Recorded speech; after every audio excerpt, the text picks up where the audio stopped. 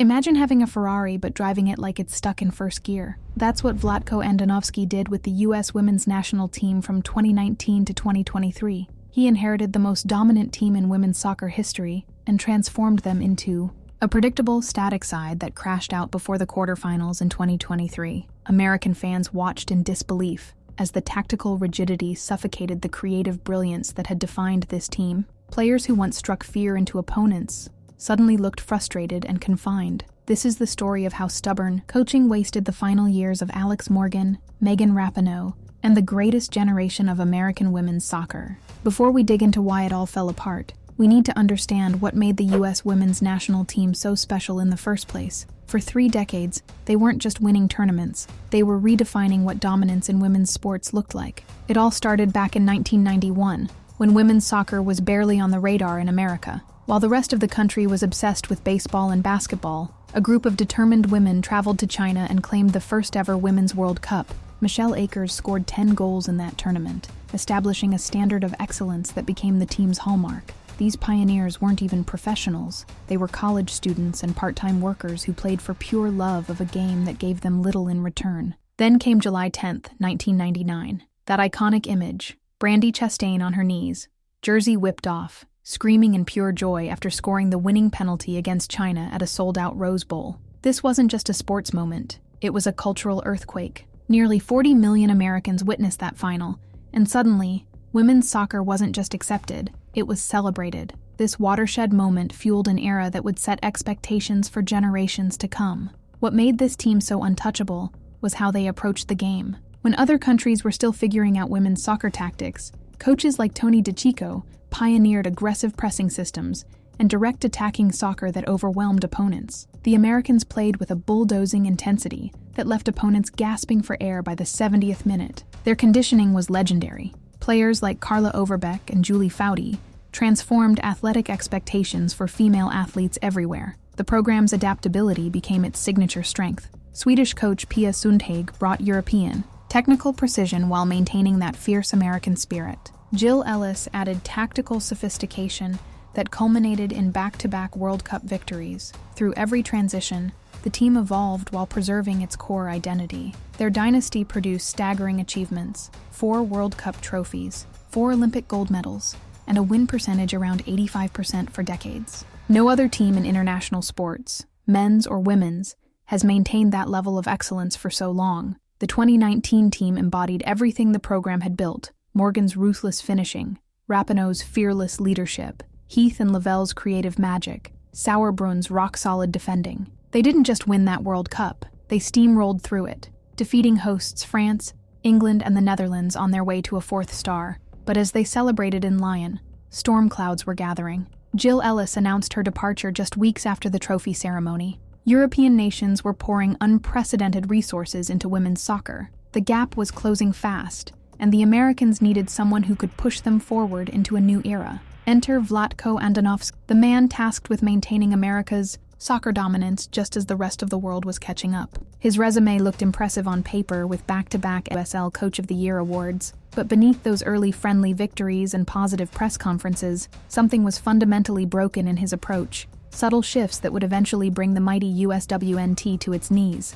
When Andonovski took charge in October 2019, expectations couldn't have been higher. The team was coming off their 2nd consecutive World Cup triumph and boasted a roster overflowing with world-class talent. His first 11 matches seemed promising, an 11-0 record with a 51-4 goal differential. Yet beneath this impressive start, the calm was deceiving. Those watching closely noticed the U.S. women's national team transformation on the pitch. The team, long known for their devastating counterattacks and direct, aggressive style, were suddenly playing a more deliberate possession game. Andonovski was sacrificing speed for control. Passes that once zipped forward now moved sideways. The trademark lightning transitions that had terrorized opponents for decades gave way to slower build-ups that frequently stalled in the final third. Unlike Ellis, Sundhage, and other predecessors who tailored their systems around their players' unique strengths, Andonovski implemented his vision, regardless of fit. He was attempting to transform the Ferrari of women's soccer into a vehicle that prioritized control over the chaos that had made them so unpredictable and dangerous. The COVID-19 pandemic masked these warning signs. With international competition suspended for nearly 15 months, Andonovski's methods went untested against top opposition. The Olympics postponement bought him additional time, without facing consequences on the international stage. When competition resumed, the cracks widened. In April 2021, the U.S. women's national team drew 1-1 against Sweden, breaking their 16-game winning streak. The Tokyo Olympics delivered the true reality check. Sweden dismantled the Americans 3-0 in Hauen. The opening match, their first defeat in 44 games, and worst loss since 2007. The team appeared disjointed, tactically confused, and predictable. Though they secured bronze by defeating Australia 4-3, this marked a significant regression for a program measuring success in gold medals. The dynasty suddenly looked vulnerable. Andonovski's player selection compounded these issues. His Olympic roster featured 17 players from the 2019 World Cup team, revealing an overwhelming preference for veterans over emerging talents. Players like Katerina Macario and Sophia Smith weren't given adequate opportunities to grow into leadership roles, while aging veterans struggled to maintain form.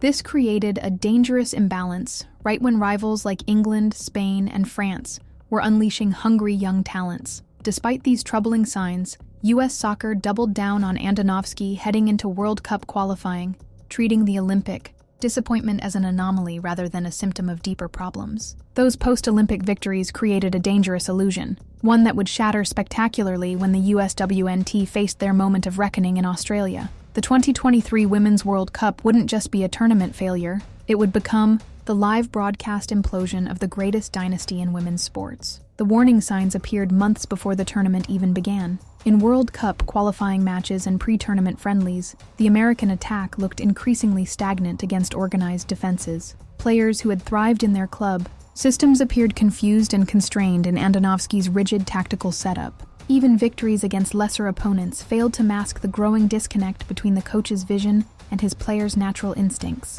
When Andonovski announced his World Cup roster, alarm bells rang throughout the American soccer community. He favored familiarity over form, selecting veterans like Alex Morgan, despite her noticeable scoring drought in international matches. Meanwhile, in-form attackers like Gotham FC's Midge Peirce watched from home. Trinity Rodman, one of the most explosive young talents, was relegated to a bit role despite tearing up the NSL. The message was clear. Andonovski trusted his system more than emerging talent. The most puzzling aspect of Andonovski's approach was his insistence on a methodical possession game that neutered America's greatest historical advantage, their unmatched athleticism and direct attacking power. For decades, the U.S. team had overwhelmed opponents with their physicality and transition speed. Under Andonovski, this identity was abandoned for a slow-building style that played directly into the hands of technically proficient European squads who had been perfecting possession soccer for years. The group stage in Australia became a painful exhibition of these tactical miscalculations. Against Vietnam,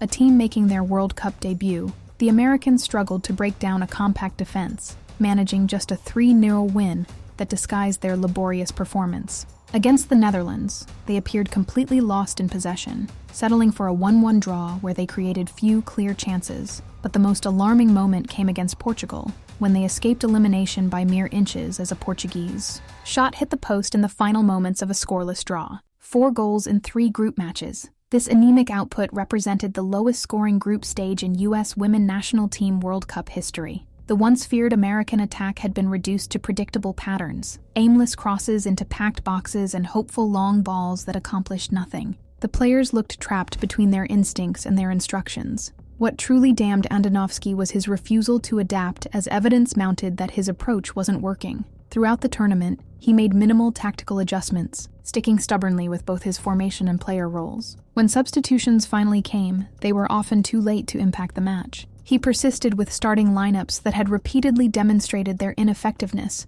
showing an almost baffling commitment to a failing plan. The knockout stage became the final chapter in this tactical tragedy. Against Sweden in the round of 16, the Americans created chances but couldn't convert them. After a scoreless draw through extra time, they suffered their earliest World Cup exit ever in a penalty shootout, eliminated before even reaching the quarterfinals. A stunning fall for a program that had never previously finished worse than third. The tournament statistics told the brutal truth: the lowest goals per game average in USA World Cup history, their worst ever finish, and a team that looked tactically outmatched by nations they once dominated. The post-tournament analysis was merciless, with former players, media, and fans all reaching the same conclusion. Andonovski's tactical stubbornness had wasted what was likely the final tournament for a golden generation of American talent. The fall of the USWNT wasn't simply a case of declining talent. It was a perfect storm of managerial inflexibility, colliding with the rapidly evolving women's game.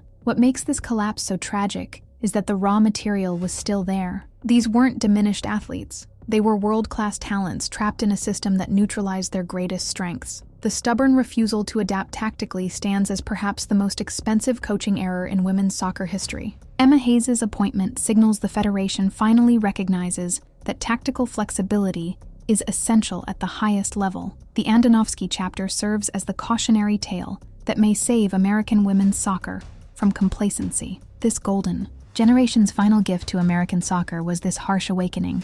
Dynasties crumble when they stop evolving. How many more champions will we sacrifice at the altar of stubborn tactics? The rebuild begins with fundamental humility, an acknowledgement that the game constantly changes, and so must we.